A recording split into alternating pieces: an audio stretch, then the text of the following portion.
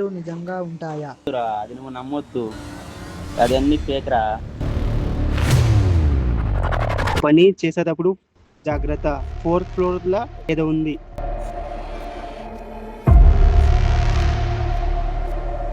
ఎవర్రా అది? ఎవరు ఇక్కడ? ఏ అర్జున్, అర్జున్! ఇలా రాత్రిలో ఏం పని?